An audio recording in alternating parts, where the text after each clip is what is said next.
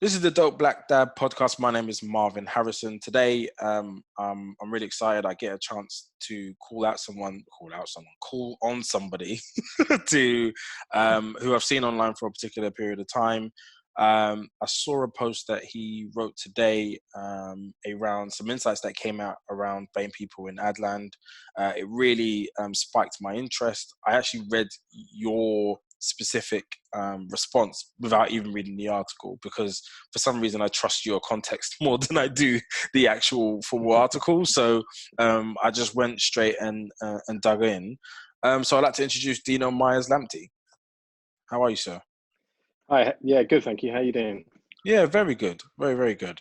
Is Lamptey, is that Ghanaian? It is indeed, yes.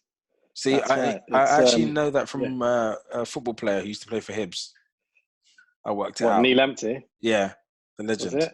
Yeah, the legendary. Yeah. Yes, career cut short because of injury. People used to say he was absolute baller. He was incredible. I didn't know that Yeah. much because in that time, football wasn't as worldly as it is now. But Yeah. he was a legend. Are you related to him by any Yeah. chance? Yeah, well, all the Lampteys are in some way related in Ghana, but it still is a bit of a common name. So, if you come across a Myers Lamptey, then you definitely know that is about as close a relation as you can find, anywhere in the world. I've probably met your child or I life know partner them. or something. Yeah. Something Yes, very wrong. exactly. Yeah, I definitely know them. Brilliant. So do you want to just give us a bit of context about the article, what was in it, and then also a context of the IPA for those who don't know? Yeah, so the IPA is the Institute Practitioners of Advertising. So it's advertisers, so it includes advertising agencies. It does include individual members as well. Essentially, if you work in the advertising industry, you can sign up, and they're the body that represent your interest and try and set the agenda, I guess, for agencies. So they've got a good, strong voice, but they also do things like training programs and educate people on, policy and just a good kind of like united voice for the industry. And they do a number of different things. They're famous, actually, probably more globally famous for their work they do in the world of advertising effectiveness. So there's quite a lot of important papers that have been published over the years. Yeah. But actually, if you go to any part of the globe, there's a good chance that they probably reference the IPA effectiveness papers and the proof of how well advertising works. And this particular article was about their diversity census, which is a report they've done every year for a number of years now. But it's particularly important because in 2015 they set the agenda of improving diversity across the industry and set it as one of their key goals, 2020 goals. So being the year of 2020 when the census will be done again this year, the results that come out next year will prove how close they were to reaching, exceeding, or failing to meet these targets. Yeah. So do you find that the approach, so they obviously haven't met the targets the way they want to. Would you consider that the approach is systemic? Would you consider it just to be a very good attempt and a failure? How would you characterize the shortcomings of the industry as a whole in meeting their targets? I would say it's overall, I think it's a poor attempt to meet these targets.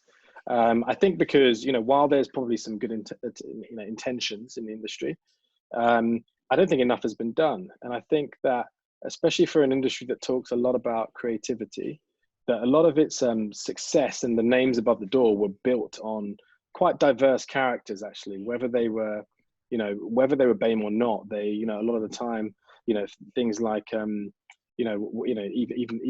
people like mine. Sovereign actually has a background that is much more diverse than you might think.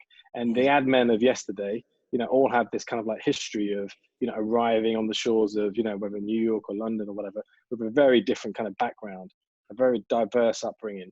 And I think that the best ad men of the past always had this kind of like cultural kind of like connection through their experiences and their connections and their relations.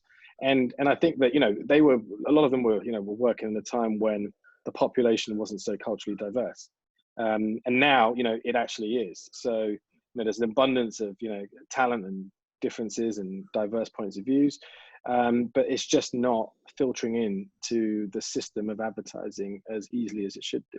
Yeah. And I think that probably, when you look at the stats, it's only when you really break down to the details when you realize the scale of the problem. So, a lot has been done to introduce more diverse talent, which, the progress that has been made at entry level, which is great.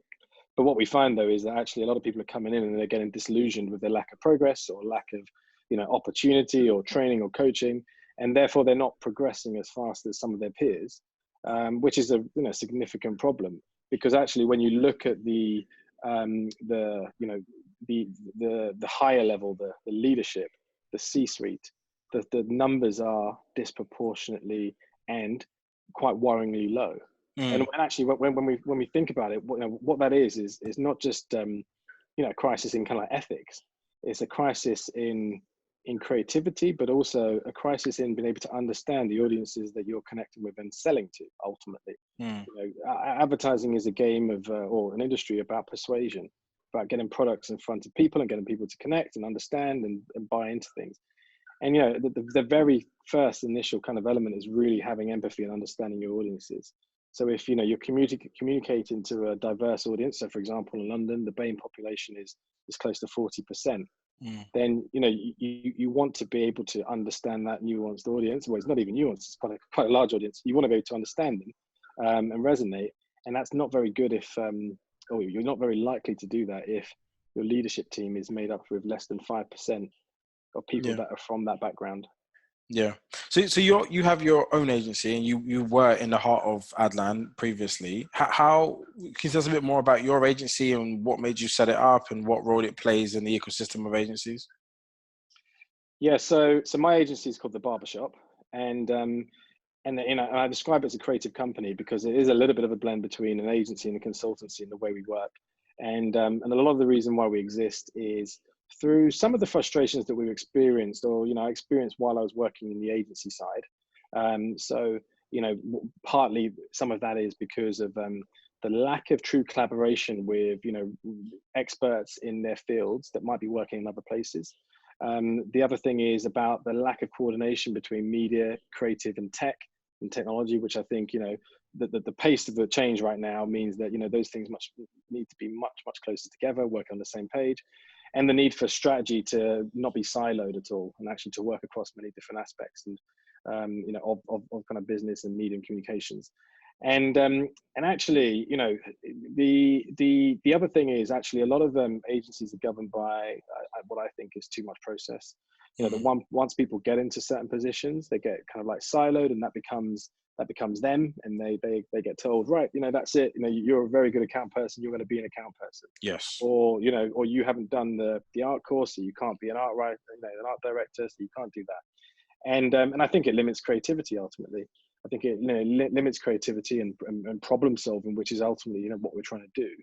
And the really big problem there is that a lot of talent go to other industries. A lot of talent now will go to things like technology and startups and other places where their creativity can be put into action very, very quickly, and they can see the products of their own input into the equation. And I think that's part of the reason that led me to do what I'm doing now. In a sense, I've worked in big and small agencies, but I've worked in agencies for nearly 20 years before I decided to do what I'm doing. So I've seen quite a lot of different kind of guises, and and tried to take the good bits from all of those experiences and leave behind some of the things that I thought were restrictive in some kind of way. Either potentially restrictive in terms of not necessarily leading to the best kind of most creative work, or being forced to work on clients and people's business that you wouldn't necessarily agree on, or just not being able to collaborate with the very best talent out there, which I think is in the very best client's interest. Yeah. So a naysayer, someone outside would probably say, right, there's a problem in the industry. You're a talented person, professional in the industry. You've ultimately left the big agency model, who probably could impact the most change, to create your own shop. Is that a part of the problem, that we're losing people like you from those agencies, the network agencies that really need a voice like yours in the business? There's a couple of people that I know top of my head who are either leaving or considering different ways of working because of the issues you faced. Is that a part of the problem? Yeah, I think it is a part of the problem, because you need leaders in positions to to try and make the change from front, basically, and to stick around and implement that. And I think that the problem is that when you have so few people at the top, you can't deny them of the right to potentially do their own thing or create their own path, or just to do things differently.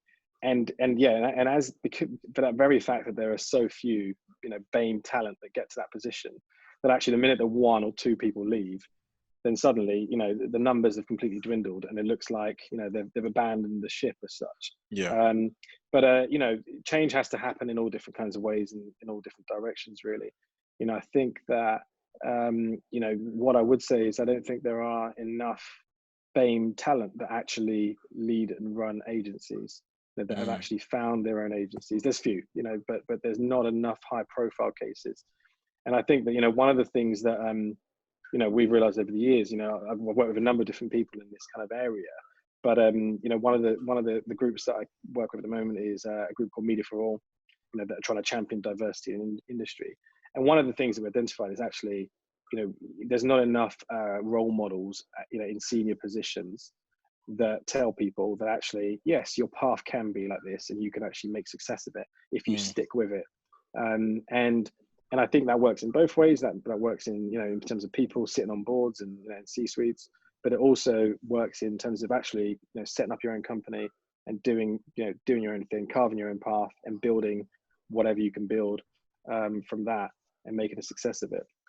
Is there an element of the challenge which is just the advertising industry just isn't as appeasing anymore? I think you get into it in sort of entry level, middle management, and then you realize what it takes to make it to the top. And outside of the network and the kind of closed environment of referrals or people hiring their own friends, it's a very, very difficult business to sustain. You're basically on 24 hours. I don't think there's been an advertising role which I haven't had to do some sort of midnight, overnight, through the night work at some point. That's not common in every industry. That's a choice that is kind of made by client demands versus us as agencies wanting to fulfill and support our clients in their business goals. And people may just look at it and be like, why would I want to enter into this? I can't see where my win is going to be. Do you reckon that plays much of a factor? I think that's a very good point. I think that's a huge factor, actually.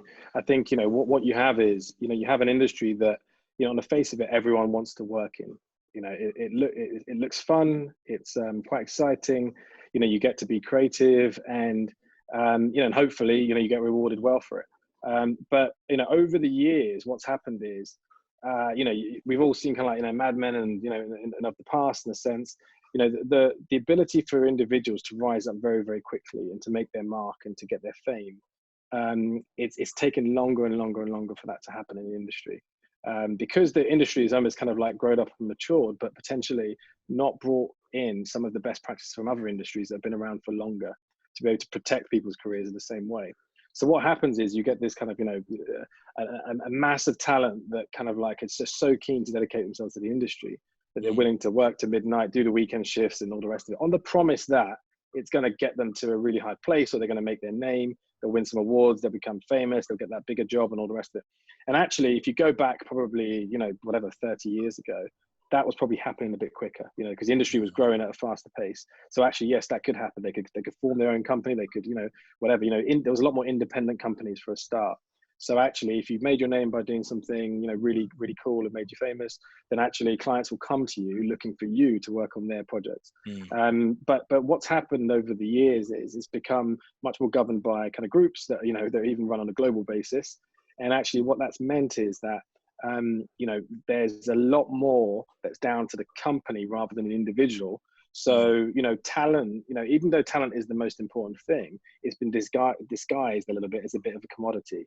So people are coming in, working really hard, really making whatever, trying to make a really good reputation for themselves, doing on basics, but they're not necessarily getting the rewards in that respect and as quickly as they would necessarily like.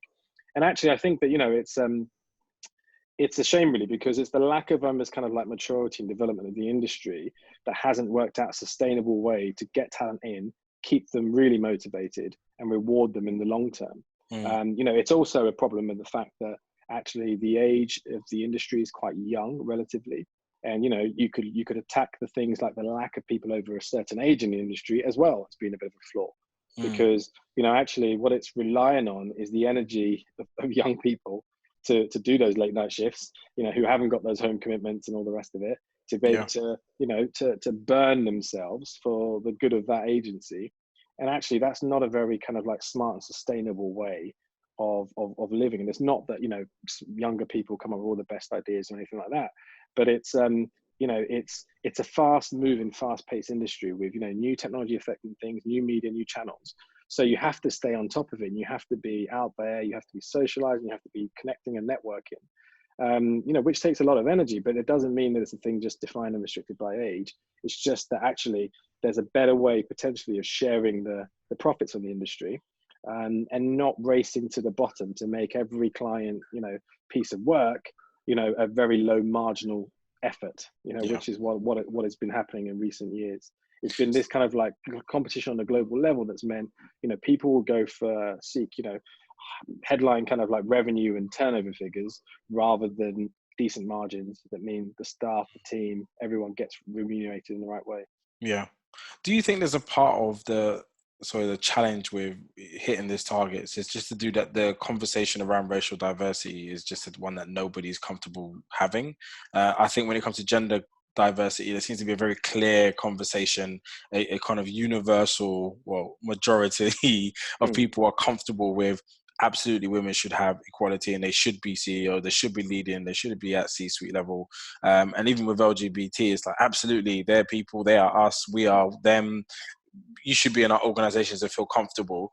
But as soon as you mention racial diversity, there seems to be a slight pause of discomfort or a lack of awareness of how to challenge it properly, or to manage the people who are presenting that as an issue in their organizations. Is it just, it's just a very sticky topic, so people rather just push it down the road or to the side in the hope that it goes away? Or some people just don't believe in racial diversity as a part of their approach to business? Yeah. I mean, I think there's a couple of, quite interesting points in terms of that you touched upon there. The first of which is, how it compares to, gender equality. And I think that the real challenge here is, when you look at the numbers, particularly in the advertising industry, well, at an entry level, gender equality is really quite good, actually. It's fairly balanced. The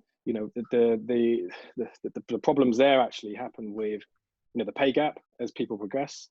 For some reason, then women are suddenly getting paid less than men. And I think that's a little bit of a theme across, multiple industries in a sense, which on one hand, has been proven to be part of the thing about, getting women to ask for what they deserve in a sense, and be a bit more kind of like forward in that sense, and not being afraid to kind of like state their value and state their, what they're contributing for the company. And on the other hand, there is a very much, a problem, a challenge with, people returning to work after they have babies as well, and at what levels they come in at, and what wage they command. And that is a thing that I think, hasn't been addressed well enough through the policies that are fair to protect, women in work in that sense.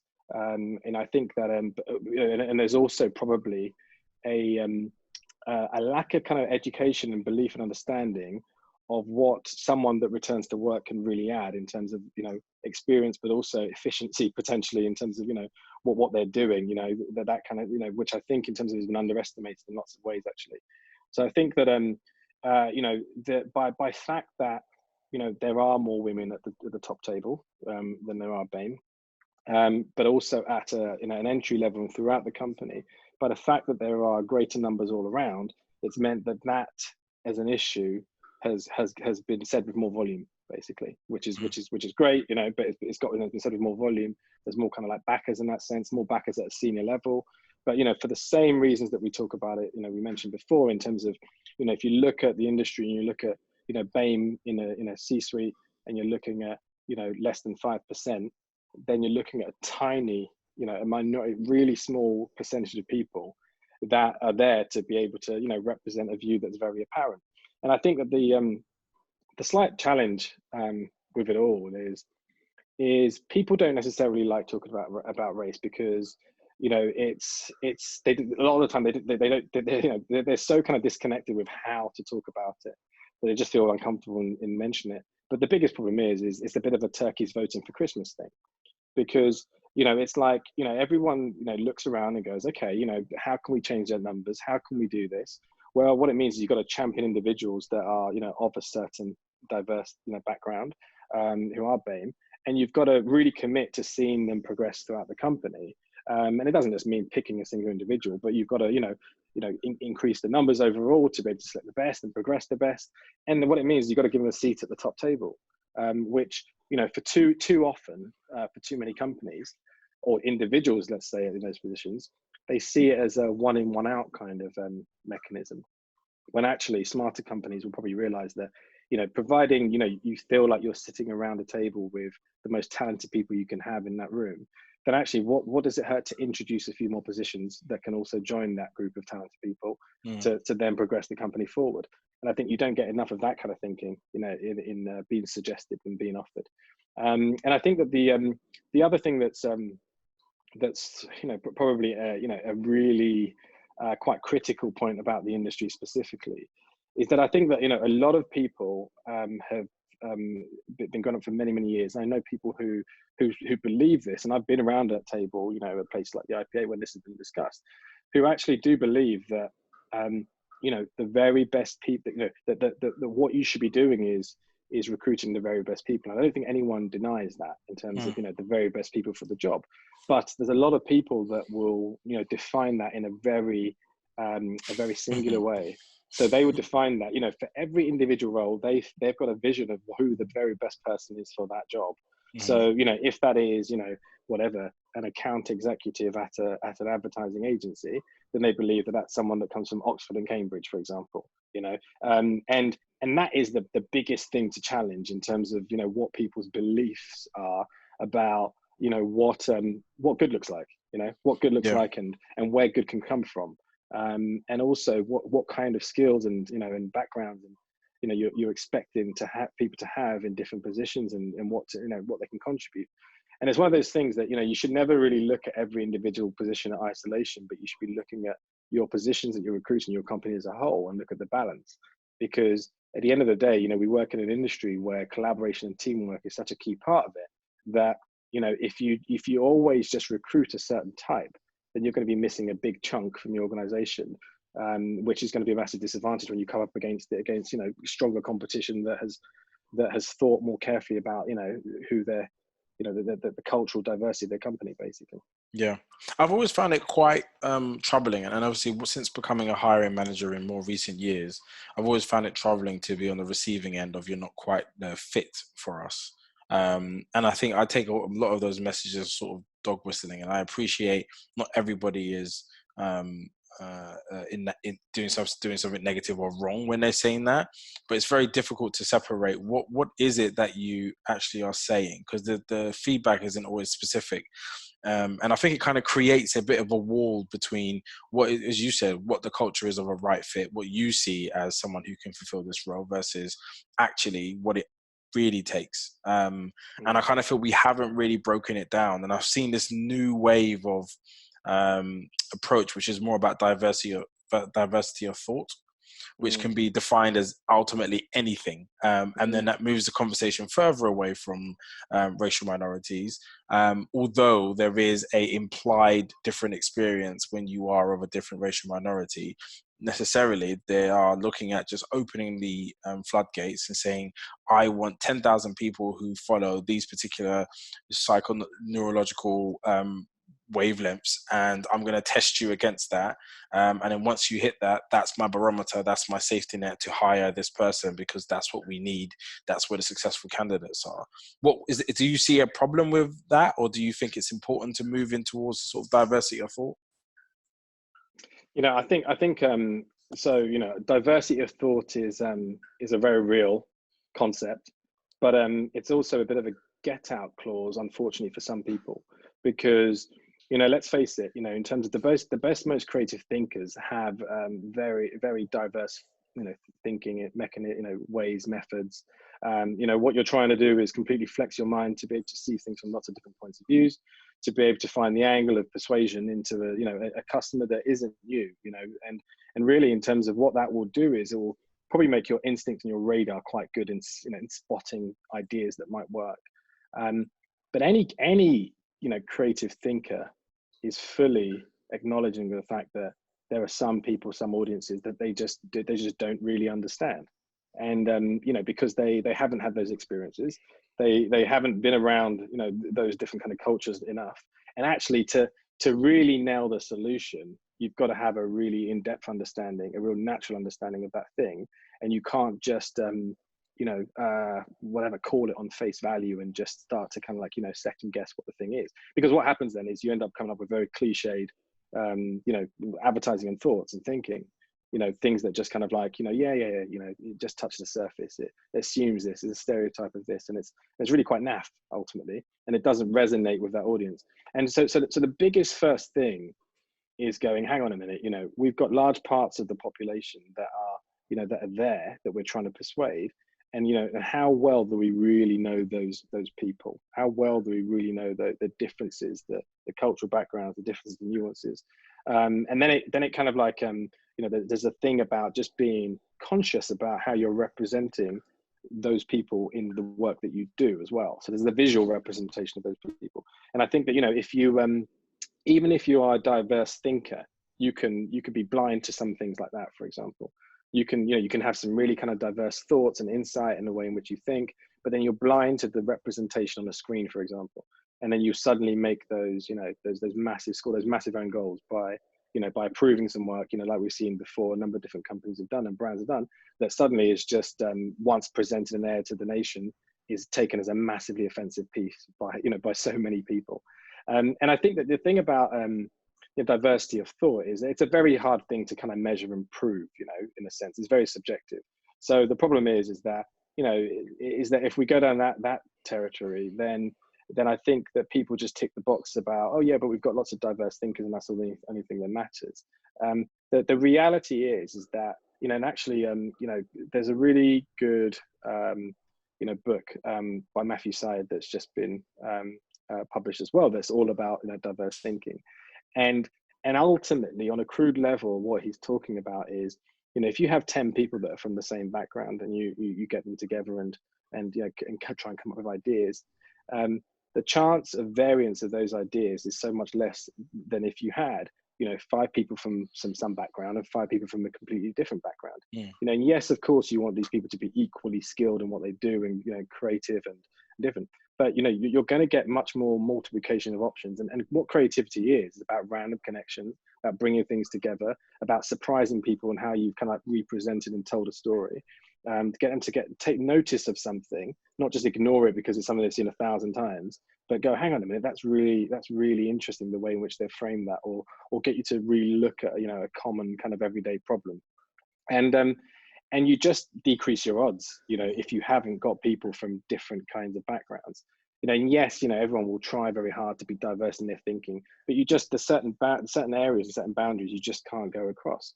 And when you think about the world right now that we're living in terms of, you know, the global nature of the world, you know, I mean, probably, you know, a really, you know, simple way of thinking about it is, you know, could you you know, think of an advert and a concept in a culture that you're completely distant from, let's say, you know, something that you don't even know the language, for instance. You know, you're not going to be able to write that advert. You're going to have to at least consult some people who understand the language. That's the bare minimum. And that's a kind of like an example of, you know, how well you really understand, you know, that audience and that customer. And I think that's the thing. The world is becoming much more global right now. You know, cultures are mixing much more frequently, but brands are just spreading their products, you know, more easily around the globe. So, you know, people have to be much more aware and attuned to that. And you see, as you say, brands and products are a lot more global. I feel like I don't want to pick on a brand, but Coca-Cola is a global brand and product. It's everywhere in every country. I mean, slightly different things, but it's fundamentally everywhere. It almost feels like in my universe potentially that everyone's slightly retreating into identities rather than expanding into identities. So there is an element of crosses. So if you look at the culture of hip hop or the culture of music, for example, there's lots of intersections and everybody kind of goes to the same places and does the same things. But I think in terms of things like representation and their people's stories and people's experiences and how they want to be communicated to, it feels like people are very much looking for a more personalized, hyper personalized approach to creative. And so does that create some sort of disparity between this idea that we're all getting along, moving into a space, when it almost feels like consumers are, yes, on some things, but also on some things, if you're going to talk to me, I want to feel it that you see me. Does that play a role in terms of what we're hiring? Is that a good or a bad thing? I think it totally plays a role, and the humans are complex, and it's not just even always about what the person is or what the person wants, but it's also about the moment in which they want that message and they want that communication as well, and that's part of the skill in persuasion, trying to persuade large audiences efficiently enough and on a personal enough level that again doesn't get a little bit too creepy, so they think, hang on a minute, that's too much information about me here. But it's the talking to them at the right time about the right thing level of personalization, and also knowing and respecting who they are, so not offending in a sense in terms of how you communicate, and being very kind of conscious of that. So I think that in terms of brands like Coca-Cola, in lots of ways have more challenging jobs, because if you have just a very focused kind of audience, then you just be who you want to be, and you just and that audience members comes to you. But when you've been around for so long, and you're reaching every different part of the world, you start to operate and try and mean things to to different fractions of different people that don't even like each other, for example, maybe because of religious divides or whatever, or geographic divides or whatever, and there could be a war, but you want them to both kind of like find a reason to love and to represent your products. And I think that what they have done well over the years, though, is there are some universal kind of human truths about fundamentals, let's say, in terms of what people strive for, what people want, whether it's kind of like the Maslow's hierarchy of need type stuff, or whether it is more about happiness and those kind of goals. And they choose those kind of things where whatever language you pick, whatever world you're in, wherever you are, that you can bond with someone if you share that same goal. And majority of the time, even if there might be a distorted sense of what the word happiness is, if it's some way of analyzing what motivates people, and then being able to get on with them. So yeah, so I think it is complex, but I don't think that in terms of we're definitely the biggest challenge advertising has at the moment with personalization is about almost being too nuanced, so no one has a united message about that brand.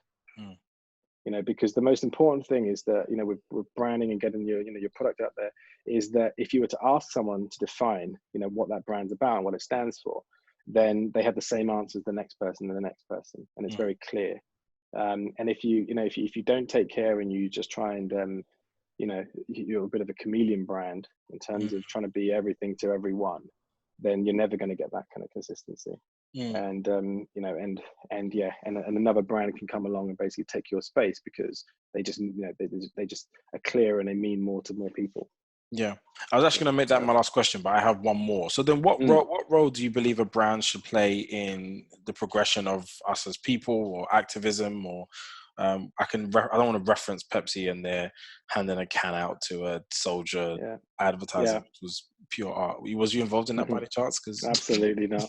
So, but what role do they play? Because there's a part of me that wants to celebrate Pepsi for trying to be brave and get in the conversation. Because if the idea is to get in a conversation, then the question is like, how do we get it right? Which they didn't. But the fact that they're trying to get in the game and have a view is still important, because many brands are still just ignoring that we're probably at the most polarized digital space that we've ever been in. What role do you think a brand should play in cultural progression? Um, I think that the best brands are quite opinionated about the problems that they're trying to solve, their purpose, their the thing that they stand for in the world, and I think they always let that kind of guide them. And if that's kind of rooted in a good place, then I think it helps them make those decisions as to whether they should be engaging in some debate about something or not, whether they have a reason to, whether they have a place in that debate. And I think that's the problem with Pepsi. I mean, I don't really know what they stand for, and which is a bit of a quite a bad thing for such a big brand, really.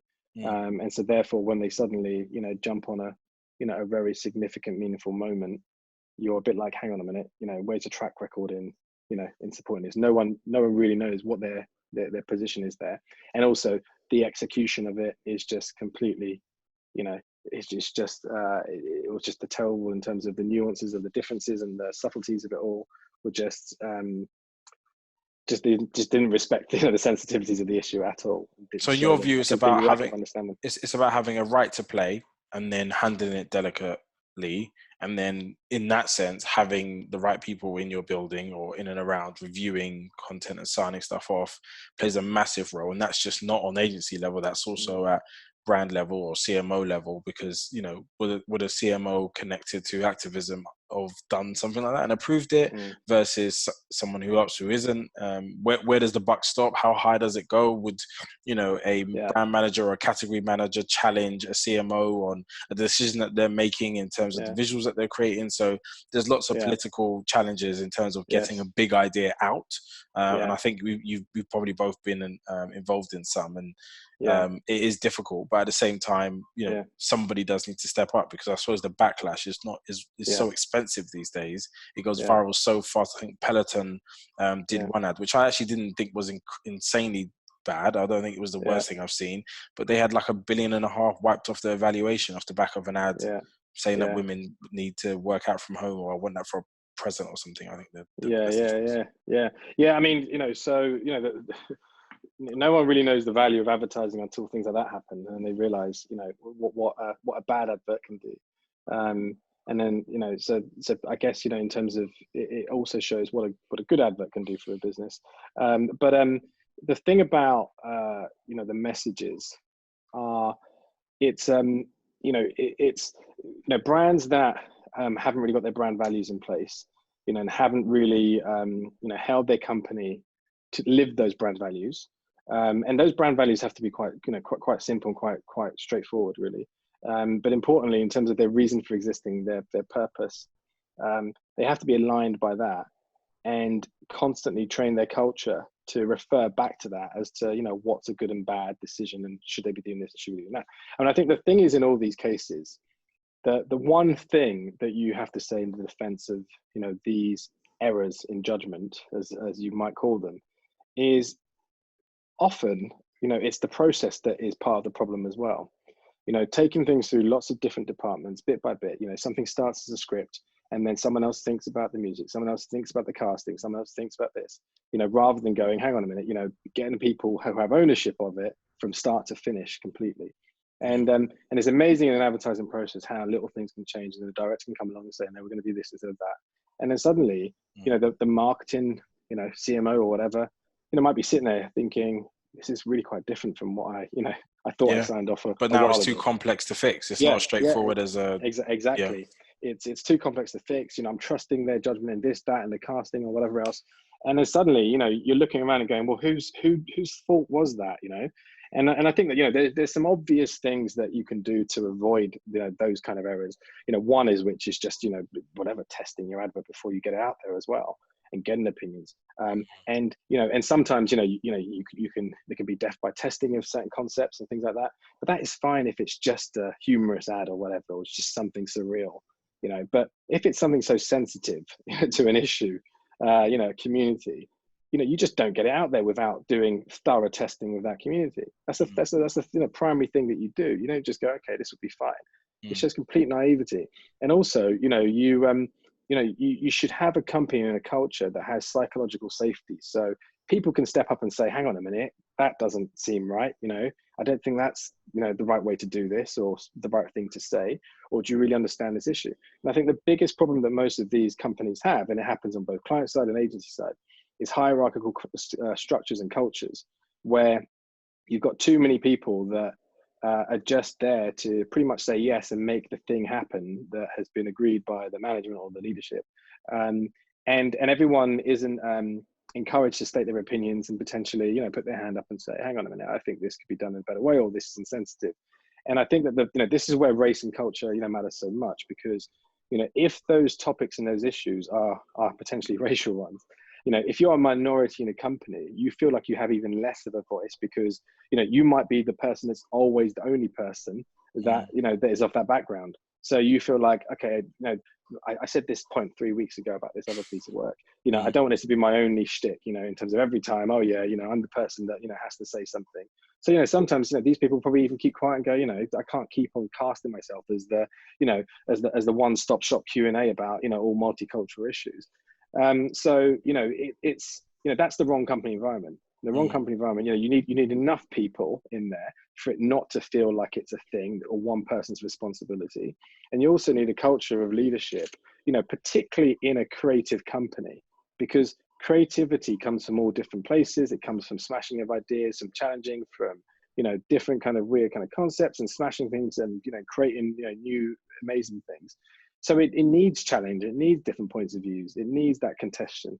And if you haven't got that, then it's a really big problem in your culture, because on one level you just get out what ends up being quite bland advertising that doesn't really provoke, and on the other hand you could get out really quite offensive advertising that misses the point and just kind of like hasn't respected different communities.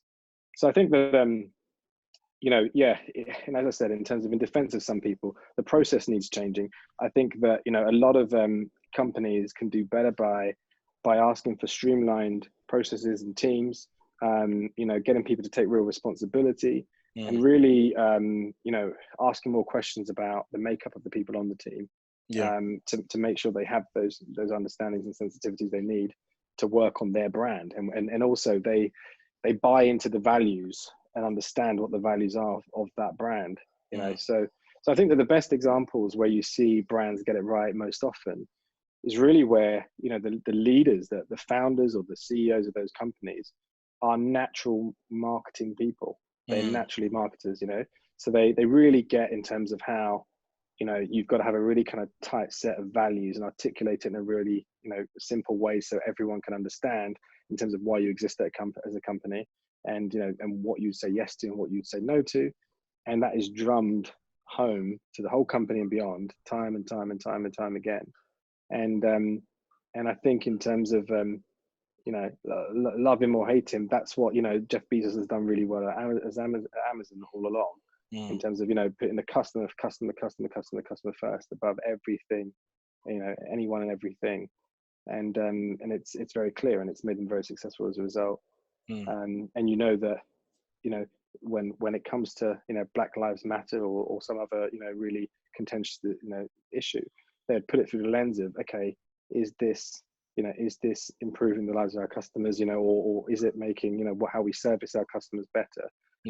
Should we be there, and should we comment on this now or not? Cool.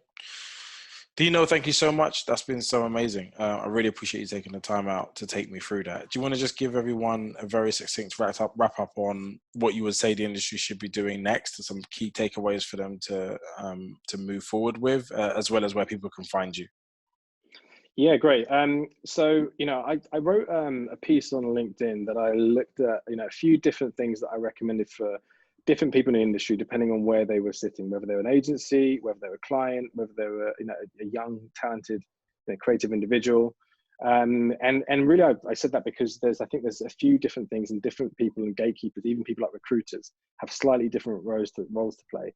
But probably the biggest theme that comes out across all of it is, you've got to be a bit more transparent and upfront about your numbers and your culture and where you're failing. So, companies should be tracking, their BAME representation at all levels, and they should be very open about that.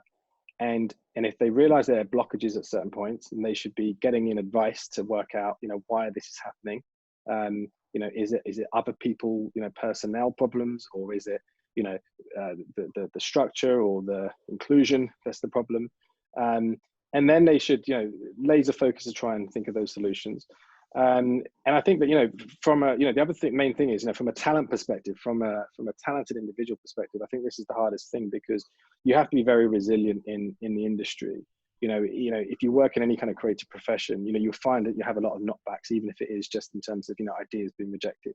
So, you've got to keep on, keeping your confidence up in terms of, keep trying, keep learning, and realize that there's many, different options out there, and everything's a bit of a learning experience for that journey. And if you work in the creative services, it's such a benefit for, if you decide to divert and work into any other industry, applying kind of creative thinking and processes, but also knowing how to collaborate with people to make stuff happen, often on a tight turnaround and things like that is incredibly powerful and important skills.